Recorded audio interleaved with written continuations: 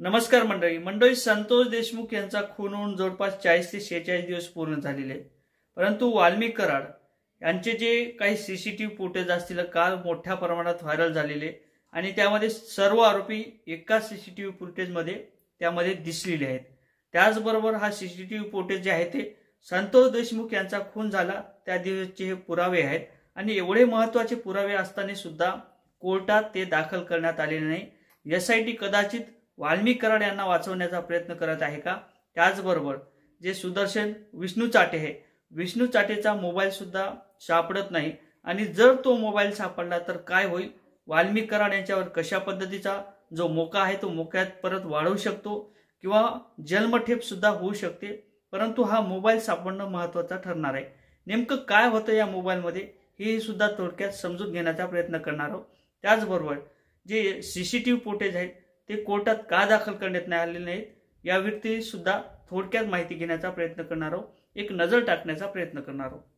तर मित्रांनो, मी गणेश ठाकरे, आपलीच हवा या यूट्यूब चॅनलवरती आपलं सहर्ष स्वागत आहे। चॅनलला एक वेळ सबस्क्राईब करा। आपल्या चॅनलवरून असेच नवनवीन अपडेट हे पाहायला मिळतील।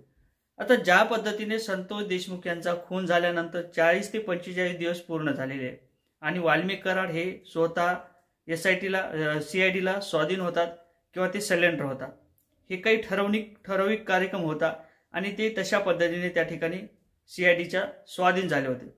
हे झालं सर्व। त्यानंतर उपोषण सुरू झाले, रास्ता रोको सुरू झालं, बरं काही सुरू झालं आणि विरोधी पक्ष असतील, सूर्यदास असतील, वाल्मिक कराड असतील, त्याचबरोबर वाल्मिक कराडचे जे संगत आहेत ते सुद्धा मोठ्या प्रमाणात व्हायरल झाले होते आणि त्याचे गुन्हे सुद्धा मोठ्या प्रमाणात दिसून आले होते। काही संपत्ती असेल ती सुद्धा मोठ्या प्रमाणात दिसून आले होते। परंतु मुख्य म्हणजे वाल्मिक कराड हे सुरुवातीला सापडत नव्हते। वाल्मिक कराड काही दिवसांनी सापडले, ते स्वतःहून स्वाधीन झाले, हे सर्वांनीच पाहिलेले आहे। यामध्ये मुख्य आरोपी आद्यापी फरारे आंधळे जो आहे तो आद्यापी फरारे। त्याच नंतर जो विष्णू चाटे आहे, विष्णू चाटेचा मोबाईल खूप महत्त्वाचा होता।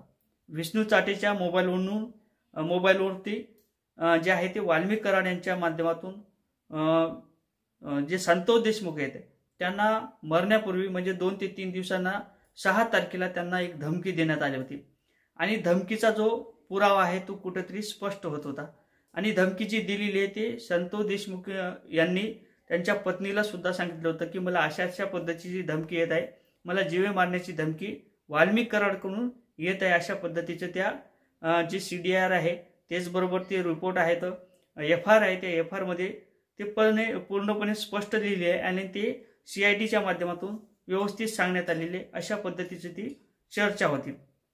त्यानंतर ज्या दिवशी संतोष देशमुख यांचा खून झाला होता याही दिवशी मोठ्या प्रमाणात वाल्मिक कराड, विष्णू चाटे यांच्या मोबाईलवरती धमक्या आल्या होत्या आणि ते प्रकरण सुद्धा व्हिडिओ फुटेज जे आहे ते रेकॉर्डिंग जे आहे ते पूर्णपणे व्हायरल झाल्या होत्या। ते SITच्या हातात सुद्धा लागले होते आणि SITने ते पुरावे म्हणून दाखल सुद्धा केले होते। त्यानंतर दुसरा विषय म्हणजे संतोष देशमुख यांचा खून झाल्यानंतर दुसऱ्या दिवशी सुद्धा त्याच मोबाईलवरून मोठ्या प्रमाणात कॉल झालेले होते, व्हिडिओ कॉल असतील, ऑडिओ कॉल असतील, असे पूर्ण जे कॉल आहेत ते त्या मोबाईलमध्ये होते। परंतु हा मोबाईलच सापडत नाही, ही एक मोठी दुर्दैवी गोष्ट आहे। आणि पोलीस अधिकारी असतील, त्याचबरोबर CID असेल, SIT असेल, हे असं सांगत आहेत की जे विष्णू चाटे आहे ते आम्हाला सपोर्ट करत नाही, मोबाईल कुठे टाकला, कुठे हरवला तो आम्हाला आठवत नाही, अशा पद्धतीची त्याची प्रतिक्रिया येत आहे। जर मोबाईल सापडला तर मात्र काहीही खरं नाही वाल्मिक कराड यांचं। हा मोबाईल कदाचित मोठ्या प्रमाणात जे आहे ते शोधण्याचं काम सुरू झालेलं आहे, परंतु हा मोबाईल कदाचित सापडणारच नाही अशी एक शंका निर्माण झालेली आहे। कारण तर वाल्मिक कराडांना वाचवायचं आहे। वाल्मिक कराड जर वाचले तर मोठे आका वाचणार आहे, जर वाल्मिक कराड पकडला गेले तर तो मोठा आका सुद्धा आत जाणार आहे। त्या कारणाने कदाचित हा मोबाईल सापडू शकत नाही। त्यानंतर कालचं प्रकरण सीसीटीव्ही फुटेजमध्ये जे पूर्ण आरोपी आहेत ते पूर्णपणे दिसलेले होते आणि जे आरोपी आहेत ते संतोष देशमुख यांचा खून होण्यापूर्वी पहिल्या दिवशी त्याच दिवशी ते पूर्ण आरोपी एकाच ठिकाणी जमले होते। आता काही पार्टी वगैरे तर नव्हती, पूर्ण कट त्या ठिकाणी रचण्यात आला होता। कट रचल्यानंतर जे आरोपी आहेत ते संतोष देशमुख यांचा खून करतात। खून झाल्यानंतर वाल्मिक कराड यांच्यासोबत संभाषण होते, त्या मोबाईलवरती संभाषण होते, सर्व गोष्टी त्या सीसीटीव्ही फुटेजमध्ये आहेत परंतु कदाचित SIT ते पुरावे म्हणून दाखल करत नाही. जर दाखल केले तर SITच्या माध्यमातून काही कोठडी आहे ती मोठ्या प्रमाणात वाढवून घेणं अपेक्षित होतं. जर कोठडी वाढवून घेतली असती तर निश्चितच जे धागेदोरे आहेत ते पुरावे आहेत परत सापडले असते. परंतु SITला कुठेतरी बर्डन येत आहे, वरून प्रेशर येत आहे, त्या कारणाने ते कुठेतरी त्यांना वाचवण्याचा प्रयत्न करत आहे. वाल्मिक कराड जर पकडला गेले तर त्यांना जर सजा जर झाली तर यामध्ये मोठा आकार सुद्धा मनात जाऊ शकतो. त्या कारणाने कुठेतरी SIT असेल व इतर पोलीस प्रशासन असेल ते कुठेतरी वाचवण्याचा प्रयत्न निश्चितच करत आहे, असं तरी सध्याचं दृश्य दिसत आहे.